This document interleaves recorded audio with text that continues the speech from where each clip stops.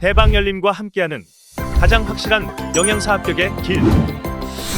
영양사 강의 진행 20여 년 이상, 수많은 합격생들이 추천하는 영양사 특강, 5인의 영양사 합격 전문 교수팀, 20여 년 이상 꾸준히 보완되어 온 강의용 교재. 유사상호를 주의하세요. 대방열림. 안녕하세요. 안녕하세요. 네. 식품위생관련 법규 저랑 할 거예요. 예. 근데 식품위생관계 법규는 법이잖아요. 예. 법이다 보니까 어쩔 수 없이 암기를 해야 될 수밖에 없어요. 이건 이해되는 게 아니라 만약에 우리는 충분히 거기에 대해서 뭐 식품의 용기다 그러면 식품의 용기 그릇이라는 거 아는데 그거 갖다가 법적으로 숫자 하나, 그러니까 글자 하나 틀리지 말고 해야 되기 때문에 여러분들이 다 암기를 하셔야 돼요. 이거는. 그 대신에 사실 법규가 좀 어렵다는 건 아시잖아요. 그러다 보니까 법규 문제 중에서도 그렇게 어려운 건 나오진 않아요. 그래서 주로 많이 기출되는 문제 위주로 제가 설명을 드릴 테니까, 그리고 잘 안 나왔던 건 제가 과감하게 이 부분 하지 말라고 말씀을 드릴게요. 그리고 실제로 최근에 나왔던 한 3년 경향을 보게 되면은 숫자 문제가 굉장히 많이 나온 편이에요. 예를 들자면 영양사 같은 경우는 교육을 1년에 6시간 받아야 된다. 6시간을 살짝 바꿔서 8시간이라고 한다던가 아니면 아예 그냥 몇 시간 받아야 되는가 문제가 이렇게 나오거든요. 그래서 숫자 문제 같은데 조금 민감하게 보셔야 되고, 그리고 최근 들어서 정말 많이 나오기 시작한 게 벌칙이에요. 예, 예를 들자면 영양사 같은 경우 뭐 보존식을 보관 안 했을 때 과연 벌금이 얼마인가. 근데 우리 실제로 이제 행정적으로 이제 벌칙이 주어지고 벌금이 주어지거든요. 그 두 가지를 다 알아두셔야 돼요. 그런 거 많이 들어보셨죠? 뭐 뉴스 같은 데도 보시다 보면 뭐 7년 이하의 징역 뭐 이런 식으로, 그런 식으로 우리가 벌칙이 주어지고 범칙금이 또 주어지거든요. 한 번 어겼을 경우 뭐 400만 원, 두 번째 어겼을 경우 뭐 600만 원 이런 식으로. 예. 그것도 제가 좀 주의 깊게 해드리고요. 그 대신에 범칙금이라는 걸 우리가 식품위생법에 있어서 벌칙이라고 우리가 13장에 따로 나오거든요. 근데 그렇게 하게 되면은 정말 벌칙금이 이만큼 나와요. 근데 여러분들이 이걸 한꺼번에 외우려면은 너무 힘들어요. 네, 그러다 보니까 제가 중간중간에 요거를 어겼을 때 벌칙이 얼마다라는 걸 그때그때 짚어드릴게요. 그러고 나서 제가 한번 다시 벌칙 짚어드리는 시간이 있을 거예요. 그리고 이제 법규를 보다 보면 뭐 예상되는 것, 예상되지 않는 것 이런 말이 나오는데, 이렇게 괄호를 해놓고 뭐 이렇게 해당된다, 단 무엇은 해당되지 않는다 그러면 그게 문제 많이 나오는 편이에요. 그것도 그때 좀 짚어드리고, 그리고 법규가 유난히 많이 바뀌어요. 1년에도 몇 번씩 바뀌거든요. 그러다 보니까 저랑 공부하더라도 여러분들이 이제 영양사 시험 보실 때면 또 바뀔 수도 있어요. 그것도 제가 때때로 업데이트 해드리고, 그리고 게시판에도 업데이트를 해드리고, 여러분들이 만약에 수업 들으신 다음에 보실 거면은 그 카페 들어가서 보시면 제가 거기다 다 업데이트를 해드릴게요. 그리고 수업하는 거는 마찬가지로 제가 처음에 키워드 좀 적어드리고, 예, 그 다음에 마지막에 여러분들한테 시험 문제 드리면은 거기가 기출 문제 풀어주시면은 다음 수업 시작하기 전에 한번 쭉 풀어보시고 제가 답만 쭉 부르고 나가도록 할게요. 그러면은 이제 이론서 한번 볼게요. 이게 실제로는 법규가 너무너무 많거든요. 근데 제가 아까 말씀드렸죠. 요점 되는 것만 좀 짚어드리겠다고. 그래서 1장 보시면 식품위생법의 개념 및 총칙하고 나오죠. 여러분들 이거 지금 그 보기 보고 있어요. 이론서. 그래서 보시면은 1장부터 2장, 3장, 4장, 5장까지는 우리가 식품위생법에 해당되는 거예요. 식품위생법. 1장부터 5장까지예요. 그래서 여기까지 식품위생법이고 보통 5문제 정도 기출됐어요. 여기서 5문제 정도. 그리고 6장에 학교급식법이라고 나오죠. 여기는 반드시 한 문제가 나왔어요. 그다음에 7장에 국민건강증진법이라고 나오는데 요거는 안 나올 때도 있고 나올 때도 있어요. 그러니까 저희가 지난 3회차를 보게 되면은 3회차 중에서 2번 나왔어요, 문제가. 그러니까 여러분 한 문제는 아니고 약간 애매하게 0.65문제 정도? 그 정도 나온다고 보시면 되고요. 8장에 국민영양관리법 나오죠. 여기서는 한 문제 나왔었어요. 그다음에 제9장에 농수산물의 원산지 표시에 관한 법률인데 요것도 한 문제 나왔었고요. 10장에 식품 등의 표시 광고에 관한 법률인데 요거는 식품위생법에 있다가 독립이 됐어요. 그래서 여기는 지난 3회차에서 보게 되면 한 문제 나왔었거든요. 그러니까 요 위에서 얘기한 국민건강증진법하고 요 식품 등의 표시 광고에 대한 법률 이렇게 번갈아 가면서 나왔어요. 네, 그렇게 됐고요. 그래서 여러분들이 영양사 시험 보시게 되면 이건 2교시 때 보게 되잖아요. 2교시 때 보면서 이게 92번부터 100번까지 마지막에 9문제가 기출돼요.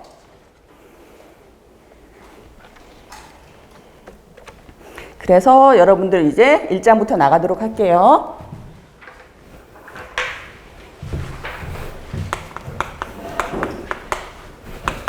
1장은 식품위생법의 목적. 이번에 용어 정의. 그다음에 세 번째는 식품 취급법.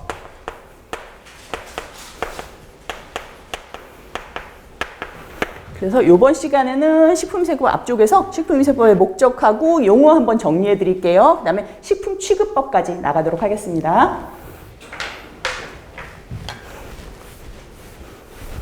요거 하기 전에 여러분들이 법률 하게 되면은 식품위생법하고 탁 나오잖아요. 그럼 그거 하나만 있는 건 아니에요. 예를 들자면, 방금 괜히 지웠네요. 요거를 뭐라고 부르냐면 우리가 법률이라고 불러요. 법률. 우리가 작은 의미의 법률이라고 하면은 이거는 국회에서 지정하는 거 있잖아요. 그 법률이 여기 법에 들어가는 거고, 찾아보시면 식품위생법 시행령이란 말이 또 나와요. 그러니까 여기 다 못 담은 것들은 여기에 사이드로 해가지고 다시 이런 게 있어요. 식품위생법 시행령이라는 규칙이 또 있거든요. 그래서 요게 있고, 요 아래쪽에 또 뭐가 있냐면 식품위생법 시행 규칙이 있어요. 그래서 요거 하나만 해도 굉장히 많은데 요거만큼의 또 분량이 시행령이 또 따로 있고 시행규칙이 따로 있거든요. 그리고 시험 문제는 요중에 한 군데서만 나오는 게 아니라 세 군데에서 다 나와요.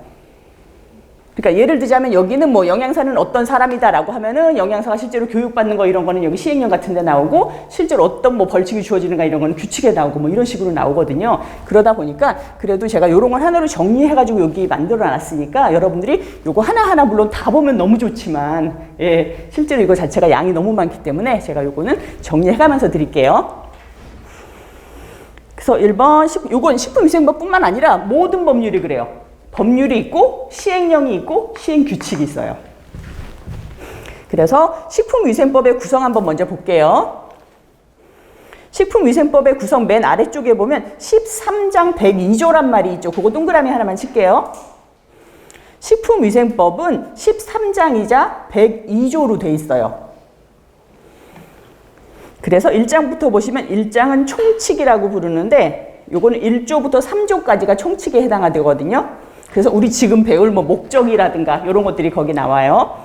그리고 2장에 식품과 식품 첨가물이 나오는데 요게 4조에서 7조까지.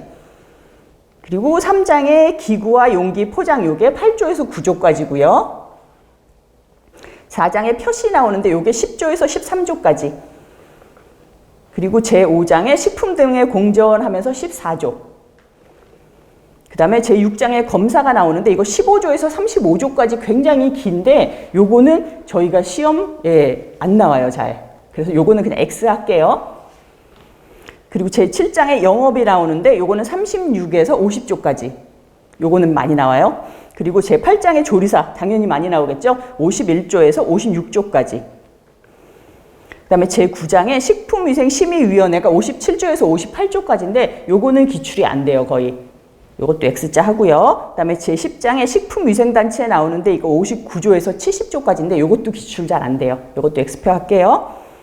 그리고 11장에 시정명령과 허가 취소 등 행정제재인데 이건 71조에서 84조까지인데 요거는 세모해 놓을게요. 많이 안 나오긴 하는데 가끔가다 한 문제가 나와요. 요거는.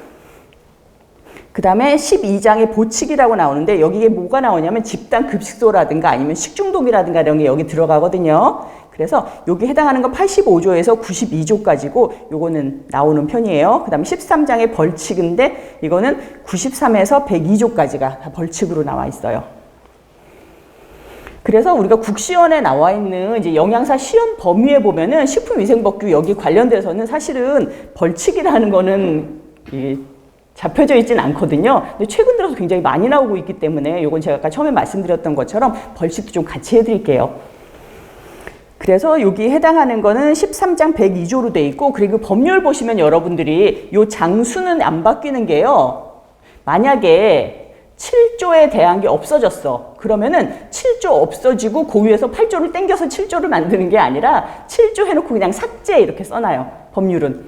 예, 그래서 조항이 바뀌어가지고 작년에는 52조였는데 올해는 53조고 이렇진 않아요. 조는 항상 안 바뀌어요. 그래서 조리사가 51조, 영양사가 52조인 것처럼 그거는 계속 유지된다고 보시면 돼요. 그래서 이번에 식품위생법 볼게요. 식품위생법은 맨 처음에 식품위생법이 있고 아까 잠깐 말씀드렸죠. 식품위생법 시행령이 있고 식품위생법 시행규칙이 있어요. 근데 여기서 식품위생법은 언제 만들어졌냐면 동그라미 할게요. 1962년 1월 20일 날 제정됐고요. 법률 1007조죠. 옛날에 영양사 시험 보실 때 이런 문제 굉장히 많이 나왔어요. 날짜 묻는 거. 근데 이제는 더 이상 거의 안 나와요. 예.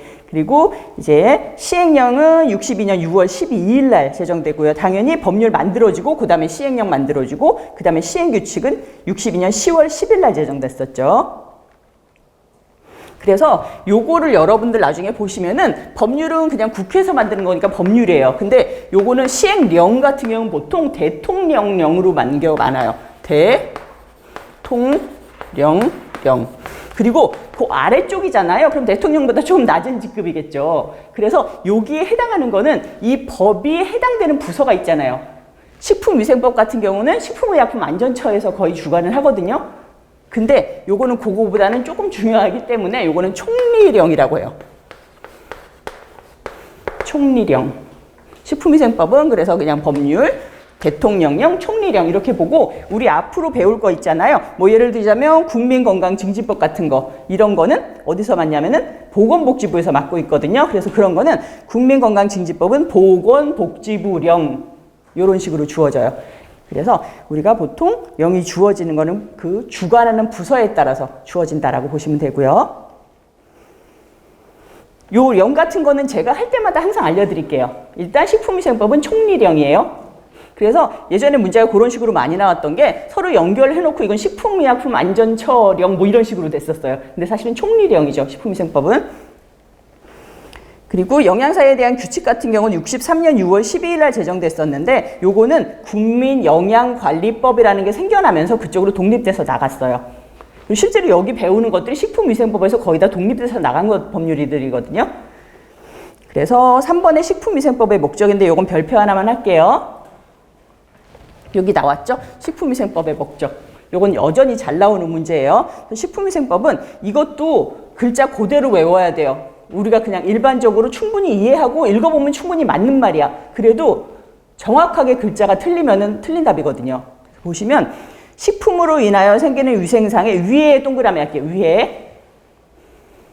제가 동그라미 해드리는 건 키워드니까 그거 위주로 여러분들이 알아두시면 돼요. 요 두 번째는 식품 영양의 질적 향상도, 뭐 질적에다 동그라미 할게요. 양적 향상이 아니라 질적 향상을 도모하고 있고요.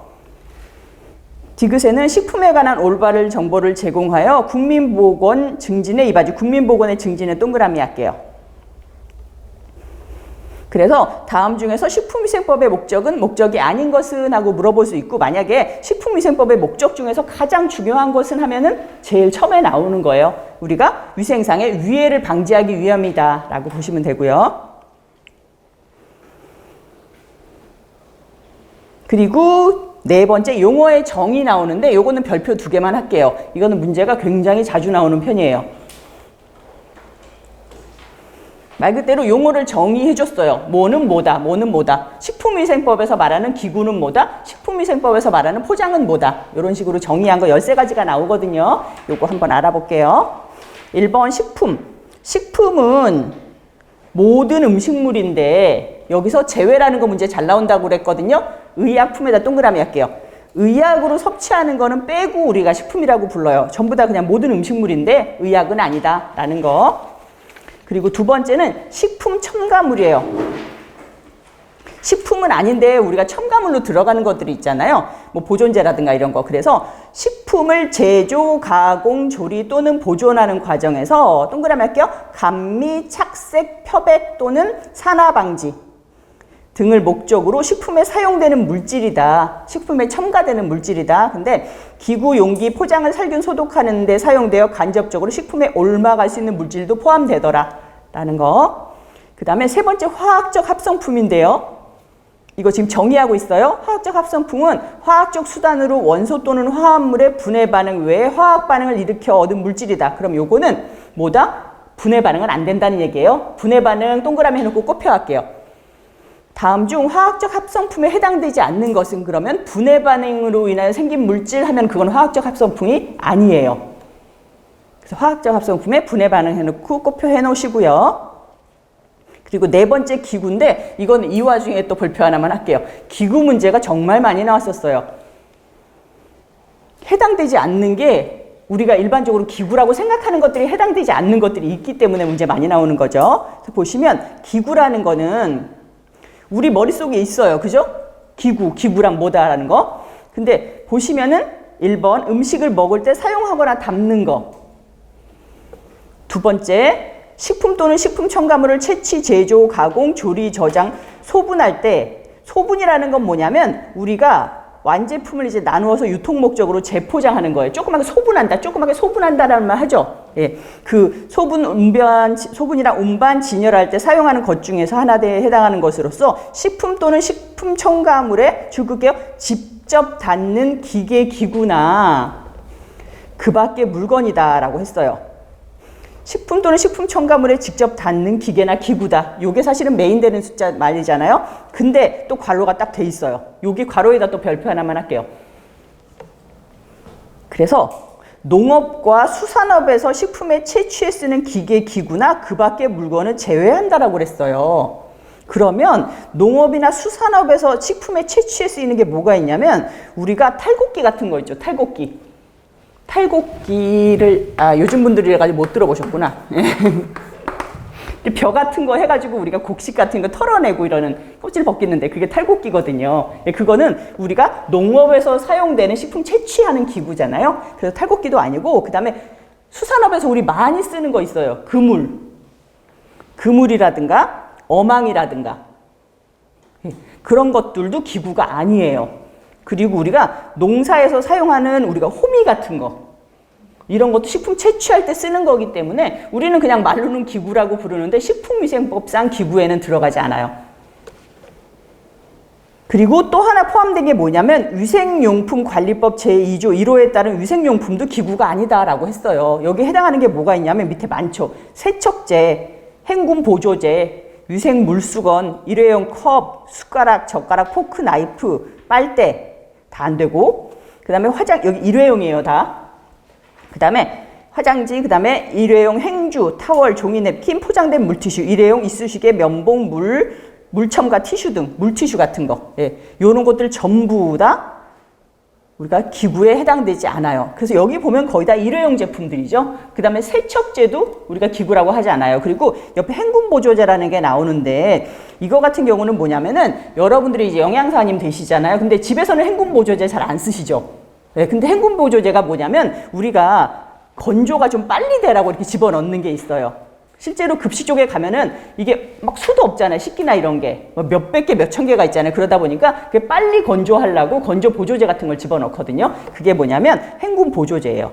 그 다음에 혹시라도 식기에 뭐라도 좀 잔유물이라도 남았을까봐 그걸 또 제거하는 거를 행군 보조제 같이 집어넣거든요. 그런 것들도 우리가 기구에 들어가지 않아요. 그 다음에 5번째 용기 포장. 용기 아시죠? 뭐 일회용기 할 때 그런 용기, 그 다음에 포장. 이거는 식품 또는 식품 첨가물을 넣거나 싸는 것. 여기다 줄 끌게요. 식품 또는 식품 첨가물을 넣거나 싸는 것. 식품 또는 식품 첨가물을 주고받을 때 줄 끌게요. 주고받을 때 함께 건네는 물품. 용기나 포장은 여러분들 너무 잘 아시는 말인데 법적으로 이렇게 표현을 하자니까 이렇게 됐어요. 그리고 두 번째, 공유주방이란 했는데 여러분들이 법률 바꾸면서 지금 공유주방이란 말이 굉장히 많이 나올 거예요.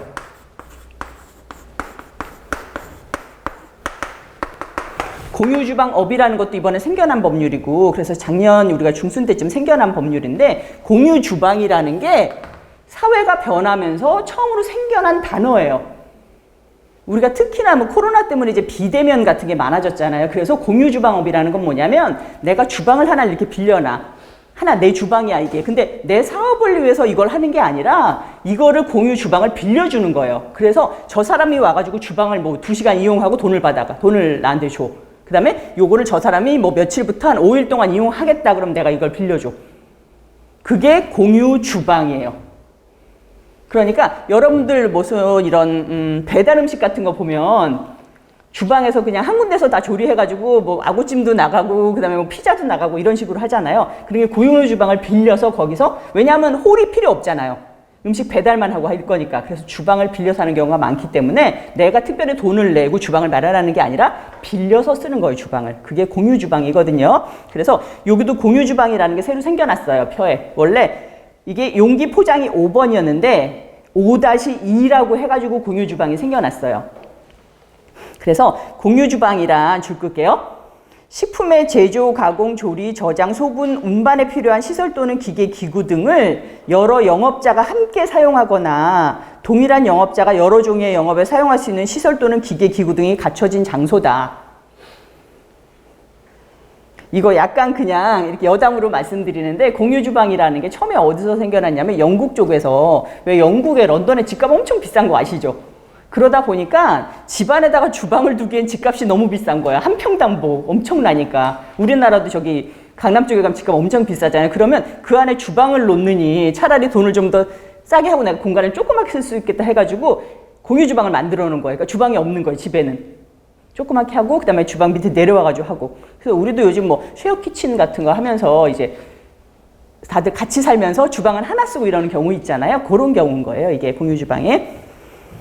그래서 공유 주방은 제가 특별히 말씀을 드리는 게 작년에 워낙 생겨나고 이런 거기 때문에 이거는 정의 물어볼 수 있거든요. 이런 것을 무엇이라고 하느냐? 그러면 공유 주방업이다, 공유 주방이다 라는 거 알아두시고요. 그다음에 6번의 위해. 위해라는 거는 뭐냐면 식품이나 식품 첨가물, 기구 또는 용기, 포장에 존재하는 위험 요소로서 인체의 건강을 해치거나 해할 우려가 있는 것. 우리가 위해 요소를 제거하기 위해서 식품위생법이 만들어졌잖아요. 예, 위해 요인이에요, 이게. 근데 여기서 앞에서 식품 동그라미 할게요. 식품 첨가물, 기구, 용기, 포장까지 동그라미 할게요. 요게 뭐냐면 우리가 앞에서 배운 정의들이 여기 쭈루룩 써놨잖아요. 그래서 요 밑에 나오는 법률부터는 여기 식품, 식품 첨가물, 기구 또는 용기, 포장 이것들이 어디에 들어가냐면 그냥 다 쓰지 않고 식품 등이라고 표시를 하면은 앞으로는 요게 식품 첨가물, 기구, 용기, 포장까지 다 해당하는 것이라고 보면 돼요. 식품 등. 그 다음에 7번에 영업 볼게요. 영업은 식품 또는 식품 첨가물을 채취, 제조, 가공, 조리, 저장, 소분, 운반 또는 판매하거나 기구 또는 용기, 포장을 제조, 운반, 판매하는 업을 우리가 영업한다라고 얘기를 한다. 영업. 하지만 또 여기도 뒤쪽에 줄 끌게요. 농업 및 수산업에 속하는 식품의 채취업은 제외한다. 뭐 조개 채취업이라든가 이런 식으로. 예, 농업이나 수산에서 그냥 단순히 물건을 채취하는 것, 이런 거는 우리가 영업이라고 하진 않아요. 우리가 뭐 조개 캐러 간다, 뭐 아니면 뭐 전복 따러 간다, 이거는 영업하는 행위가 아니라는 거죠. 그 다음에 8번에 영업자 볼게요. 영업 나왔으니까 영업자는 뭐냐면 영업하는 사람들이에요. 근데 어떻게 정의를 하냐면 영업 허가를 받은 자나 영업 신고한 자 또는 영업 등록. 신고하고 등록에 동그라미 할게요. 영업 신고를 하거나 영업 등록을 한 자라고 했어요. 이거 제가 나중에 해드릴 건데요.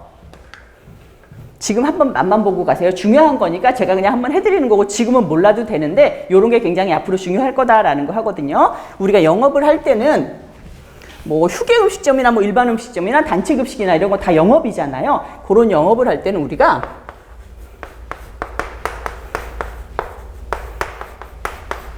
지금은 그냥 맛만 보세요. 허가를 내는 게 있고 등록을 하는 게 있고 신고를 하는 게 있거든요. 근데 허가가 제일 힘들어요. 그 다음에 등록이고 신고고. 그래서 허가는 허가가 안 나면 그 영업을 못 하는 거예요.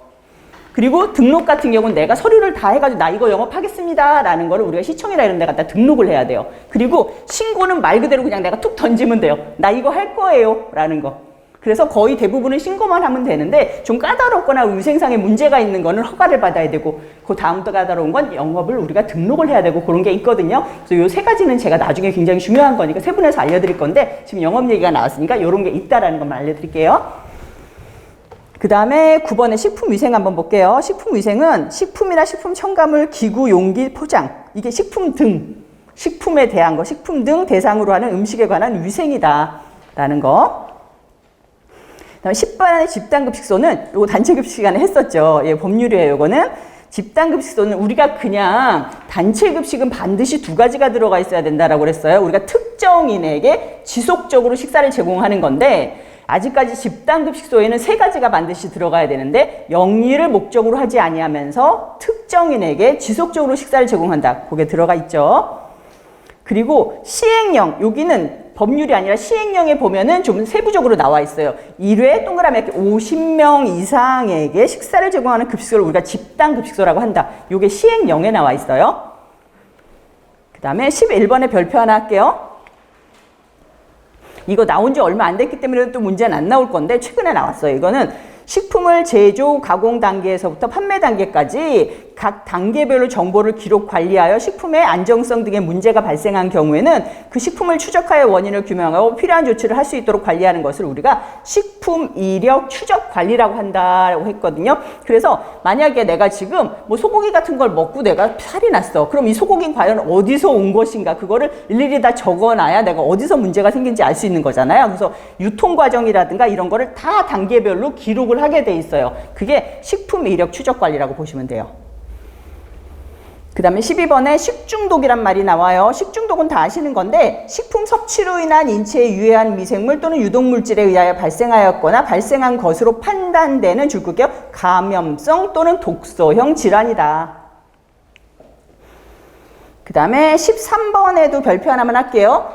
우리가 식품위생법 배우는데 그 중에서도 많이 나오는 게 이제 집단급식소에 대한 게 많이 나와요. 왜냐하면 영양사들이 일할 때가 집단급식소다 보니까 거기에 대한 것들이 좀 많이 나오는 편이거든요. 그래서 집단급식소에서 식단, 우리가 일반적으로 아는 메뉴표, 이런 식단이라는 거는 사실 정의가 굉장히 많이 주어질 수가 있는데 식품위생법에서 말하는 집단급식소의 식단이라는 거는 반드시 5가지가 포함이 돼 있어요.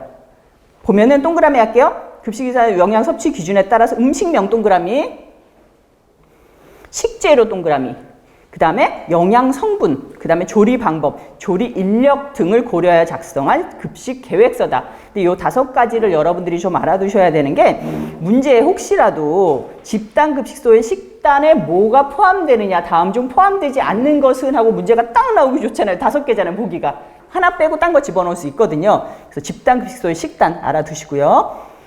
그리고 여기서는 문제 나왔었던 게 집단급식소의 정의하고 1회 50명 이상이라는 거 나왔었고, 그리고 정말 문제는 많이 나왔었던 게 다음 중에 기구가 아닌 것은 하면서 홈이나 그물 같은 거 이런 거 하나 끼워 넣으면 여러분들이 선택하실 수가 있어야 되고, 그 다음에 각각의 정의는 알아두시는 게 좋아요. 여기는 문제가 좀 많이 나오는 파트예요.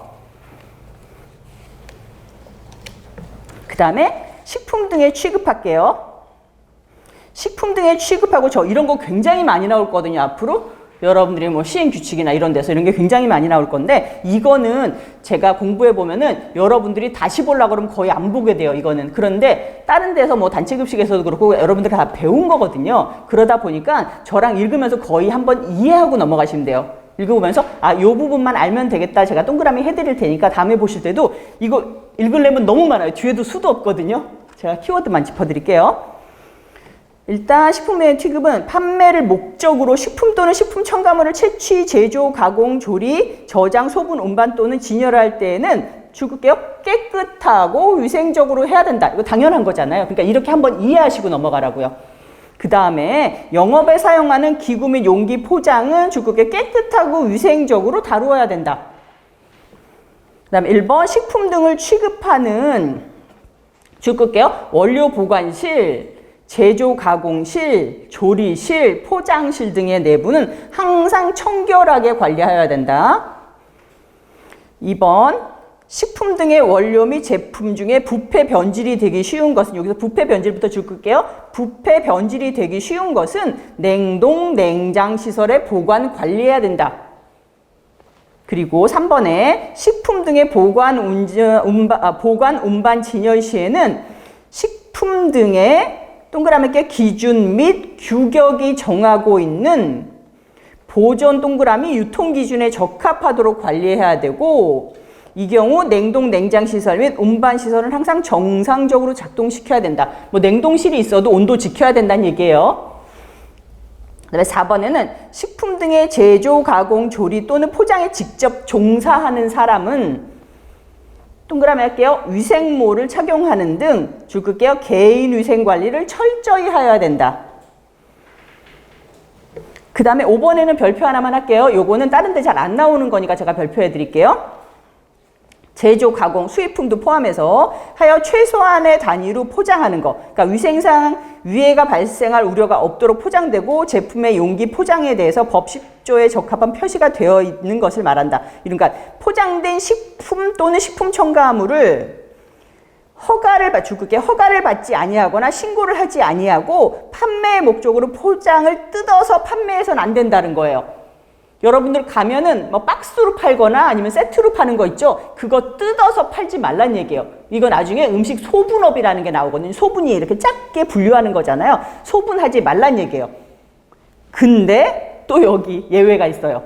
뒤쪽에. 다만 뜯지 말란 얘기예요. 근데 뜯어도 되는 게 있다는 얘기예요. 컵라면이나 일회용 차라든가 뭐 우리가 녹차라든가 이런 거 있잖아요. 보통 둥글레차 이런 거 막 15개, 30개 포장되어 있는데 그거는 뜯어도 된다. 왜냐하면 언제만 음식물에 대한 뜨거운 물을 부어주거나 컵라면에 뜨거운 물을 붓기 위해서 내가 그걸 뜯어주거나 아니면 커피 같은 경우는 또 녹차 한 잔 같은 거 끓여주려고 부어주거나 아니면 호빵 등을 따뜻하게 데워서 우리가 편의점 같은 데 가면 호빵 이렇게 5개들이 뜯잖아요. 뜯어서 여기다 갖다 놓잖아. 이거를 따뜻하게 데워서 판매하기 위해서 분할하는 경우는 법적으로 어긋나지 않는다는 얘기예요. 그때는 가능하다. 하지만 딴 때는 소분해서는 안 된다라는 거죠. 껌 같은 거 우리가 뜯어서 하나씩 팔지 말란 얘기예요.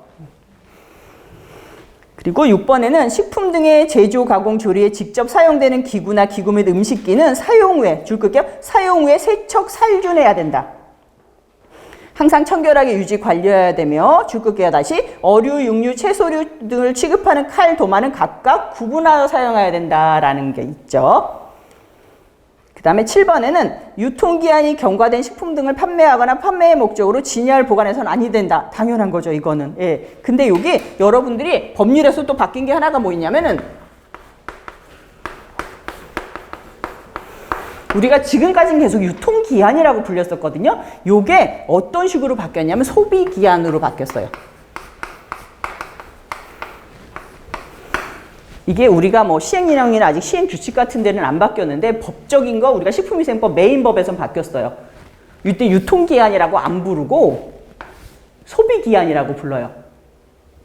이게 사실상은 우리가 유통되는 기한이 아니라 진짜 소비되기까지의 시간인 거잖아요. 그래서 우리나라는 유통기한 지나도 먹어도 된다라는 말이 좀 있잖아요. 그러다 보니까 저게 소비기한으로 바뀌었고 뭐 일본 같은 데도 저거 상미기간이라고 그러잖아요. 그러니까 가장 좋은 맛을 유지하는 기간이고 그 이후에 먹어도 사실 문제 없다라는 그런 의미로 쓰이는 내용도 많거든요. 그러니까 우리도 이게 소비기한으로 지금 바뀌어 있어요.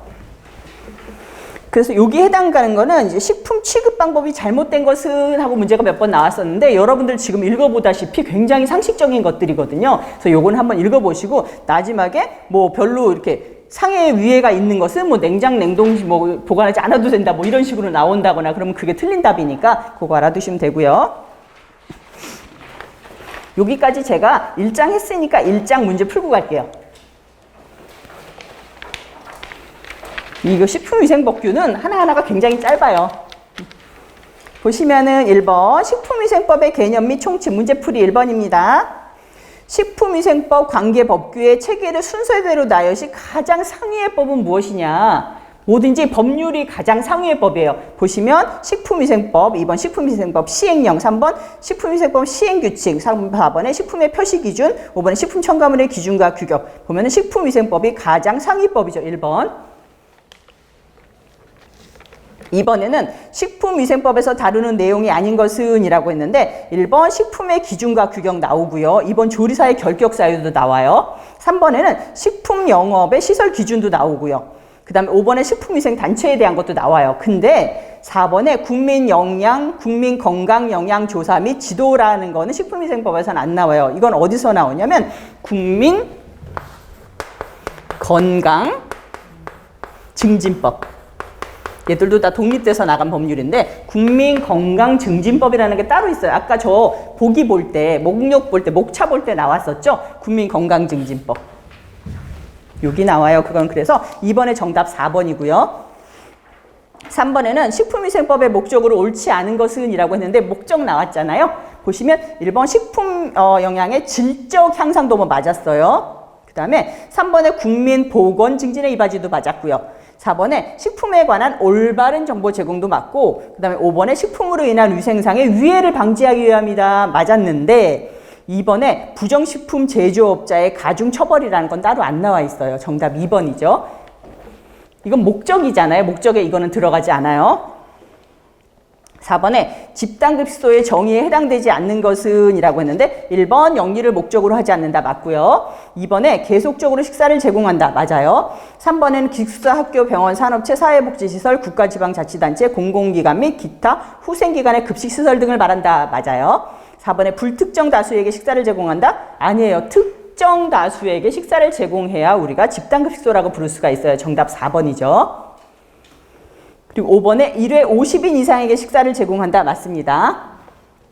5번에는 식품위생법에서 정의하는 기구, 이거 문제에 많이 나온다고 말씀드렸잖아요. 기구로 볼 수 없는 것은 이라고 했거든요. 그러면 1번 식칼 맞아요. 2번 음식기기, 3번에 그물, 4번에 차규기, 5번에 도마 다 맞는데 그물은 해당되지 않아요. 아까 그물이나 홈이라든가 어망이라든가 투망이라든가 이런 거 다 해당되지 않는다고 그랬어요. 정답 3번 그물. 6번에는 다음 중 식품위생관계법규의 근거로 옳은 것은 이라고 했는데 요거 아까 제가 령 말씀드렸잖아요. 3번에 보시면 법은 법률이고요. 시행령은 대통령령이고요. 그 다음에 시행규칙은 총리령이라고 그랬어요. 정답 3번이죠. 7번에는 다음 중 식품위생법의 용어 정의에 대한 설명으로 옳지 않은 것은 이라고 했는데 1번 기구는 식품 또는 첨가물에 직접 닿는 기계, 기구나 물건을 말한다. 맞아요. 2번에 식품은 의약품을 제외한 모든 음식물을 말한다. 맞죠? 3번에 식품 첨가물은 식품의 제조, 가공, 조리, 보존하는 과정에서 감미, 착색,漂백 또는 산화방지 등을 목적으로 사용되는 물질을 말한다. 맞습니다. 4번에 용기나 포장은 식품 또는 식품 첨가물을 담아서 파는 그릇을 말한다. 맞는데 어휘상으로 만든 법률상으로는 틀렸어요. 법률은 왜 글자 하나도 틀리면 안 된다고 그랬었잖아요. 그래서 우리가 왜 넣거나 싸는 것으로 함께 건네는 것 이렇게 하셔야 되는 거라고 그랬어요. 그래서 4번이 틀렸죠. 그리고 5번에는 화학적 합성품은 화학적 수단으로서 원소 또는 화합물의 분해 반응 외에 화학 반응을 이렇게 얻는 물질이다. 이것도 맞죠? 7번의 정답 4번이에요. 8번에는 집단급식소의 식단 작성 시 고려하지 않아도 되는 것은 이라고 했거든요. 아까 고려해야 될 거 5가지 있었어요. 집단급식소 식단, 1번 영양섭취량, 2번 음식명, 3번 식재료, 4번 영양성분, 5번의 조리방법. 얼추 보면 다 맞는 것 같은데 영양섭취량이란 말 없었어요. 영양섭취량 틀렸고 여기서 하나 빠진 거는 조리 인력이 빠져 있죠. 정답 1번이고요. 9번에 다음 중에서 식품위생법이 최초로 제정 공포된 시기가 언제냐? 1962년 1월 20일 정답 2번. 10번에 식품위생의 규제 대상이 아닌 항목은 이라고 하는데 규제 대상 우리가 식품위생에 해당되지 않는 사항이 여기 하나 있을 거예요. 지금까지 배웠던 식품위생에 대해서 1번 첨가물 나왔었죠. 2번 기구, 용기, 포장 다 언급됐었죠. 3번에 식품 및 음식물 당연히 언급됐었고요. 식품 조리 방법 그 다음에 식품 첨가물, 기구, 용기 다 맞는데 식품 조리 방법이란 말 우리 아예 없었어요. 정의 자체 없었죠. 정답 4번이에요. 11번에 식품위생법의 가장 중요한 목적은 했는데 우리가 목적 3가지 배웠잖아요. 그 중에 가장 중요한 목적은 식품으로 인한 위생상의 위해를 방지하기 위함이다. 정답 5번이죠. 그 다음에 12번에는 다음 설명 중에서 옳게 설명된 것은 이라고 했는데 식품위생법 시행규칙은 대통령령이 아니라 뭐라고 그랬어요? 총리령이라고 했었죠. 시행령이 대통령령이고 시행규칙은 총리령이에요. 그리고 이번에는 식품위생법은 식품산업의 발전을 위해 공포된 법률이다. 식품위생법의 가장 중요한 목적이 뭐라고 그랬어요? 위해 방지를 위해서 우리가 만든 법률이다. 3번에는 식품위생법 시행령은 식품위생법과 식품위생법 시행규칙에 관한 세부 조항이다. 얼핏 보면 맞는 것 같죠? 근데 우리가 상위부터 하면은 먼저 식품위생법, 그 다음에 식품위생법 시행령, 시행규칙이 제일 마지막이에요. 그러면 여기서는 식품위생법 시행규칙은 이렇게 써야 맞아요. 식품위생법 시행규칙은 식품위생법과 식품위생법 시행령에 대한 세부 조항이다.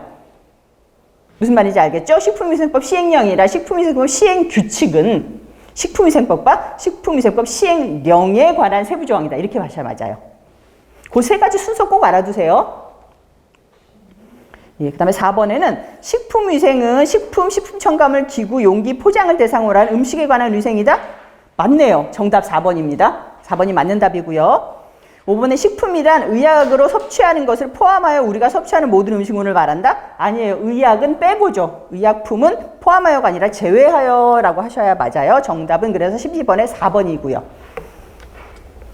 13번에는 식품위생법에서 규제하고 있는 내용이 아닌 것은 이라고 했는데 이거는 규제 내용은 따로 배울 필요 없고요. 저랑 용어나 정의하고 있잖아요. 그게 전부 다 식품위생법에 들어가는 거고 나머지 거기 우리가 언급된 적이 없는 거는 여기에 대한 법률이 안 들어가요. 보시면 1번 기구, 용기, 포장 우리 얘기했었죠. 2번에 식품 첨가물 얘기했었죠.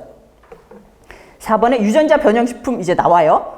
5번에 식품 안전관리 인증 했어. 나와요. 근데 이번에 건강기능성 식품은 식품이지만 건강기능성 식품은 식품위생법에서 안 나와요. 예전에는 나왔는데 이 건강기능성 식품은 건강기능성 식품에 대한 법률이 따로 있어요. 그래서 우리가 농수산물에 대한 것도 여기서 자꾸 제외되는 게 농수산물법이 따로 있거든요. 그래서 거기 해당되는 거는 다 밖으로 독립돼서 나갔어요. 그래서 건강기능성 식품은 건강기능성 식품에 대한 법률 거기 따로 있어요. 정답 3번이죠.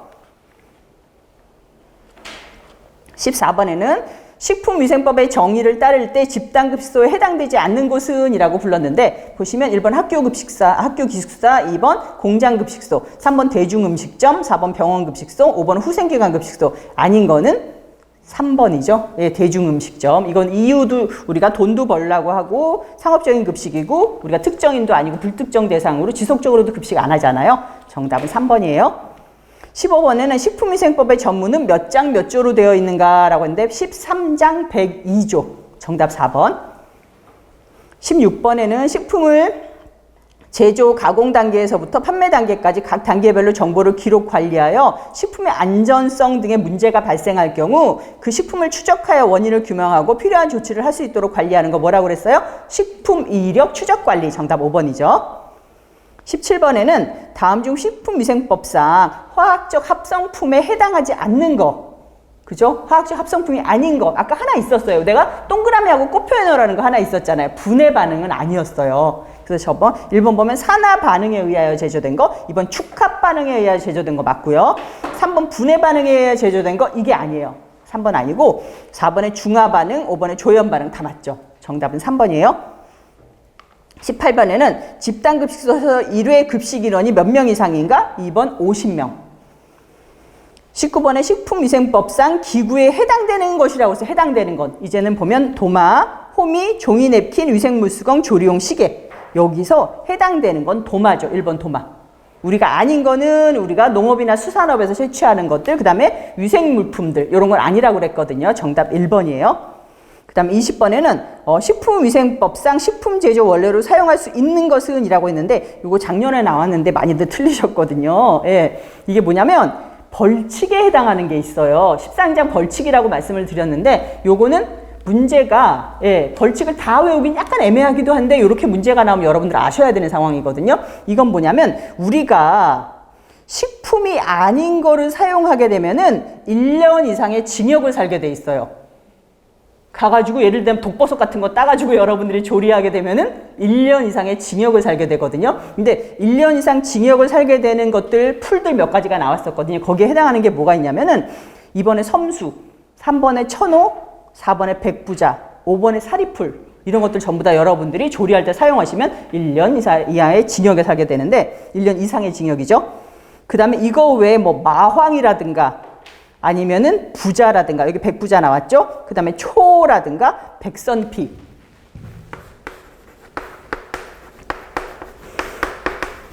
근데 생각보다 많이들 맞추신 게 여기 우리들이 너무너무 잘 먹는 게 하나 들어가 있어요. 예, 곰취. 예, 우리가 취나물로 많이 먹잖아요. 곰취는 먹어도 되는 거기 때문에 1번이 정답입니다. 예, 여기까지 말씀드렸고 요번 시간에 한 거는 이제 식품위생법의 목적이라고 하면서 식품위생법이 사실은 위생법이잖아요, 말 그대로. 그래서 특별히 우리가 아까 보기에 나왔던 것처럼 우리가 식품산업의 증진이나 뭐 식품산업 발전시키려고 한 법이 아니라 이렇게 잘못되는 거 막으려는 법에 식중독 같은 거 이런 거 막기 위해서 그래서 우리가 위해를 방지하기 위한 것이 가장 큰 목적이었고요. 그 다음에 용어 정리하면서 우리가 식품부터 시작해서 쭉 나왔거든요. 용기나 포장 같은 거. 요거는 여러분들 말이 조금 어렵게 들릴지라도 거기 문제 나오는 거 딱 정해져 있기 때문에 그거 위주로 좀 많이 하시면 될 것 같고 식품 취급법은 아까 말씀드렸죠. 여러분들 이해 한번 하시고 충분히 넘어가면은 해결하실 수 있을 거라고. 그리고 식품 취급법 외에 우리 나중에 영업이나 영업소 이런 거 하면서 실제로 단체 급식 같은 경우는 몇 도시 이상으로 유지해야 되고 이런 것들이 많이 나올 거예요. 그거는 이해 위주가 아니라 숫자 나오는 거니까 조금 힘들거든요. 그래서 여기까지는 아직 여러분들이 가장 기본적인 건 머릿속에 담고 가시는 게 좋을 것 같아요. 그래서 이번 시간에 여기까지 했고 다음 시간에 제가 2장 이어서 나가도록 하겠습니다. 예, 수고하셨습니다.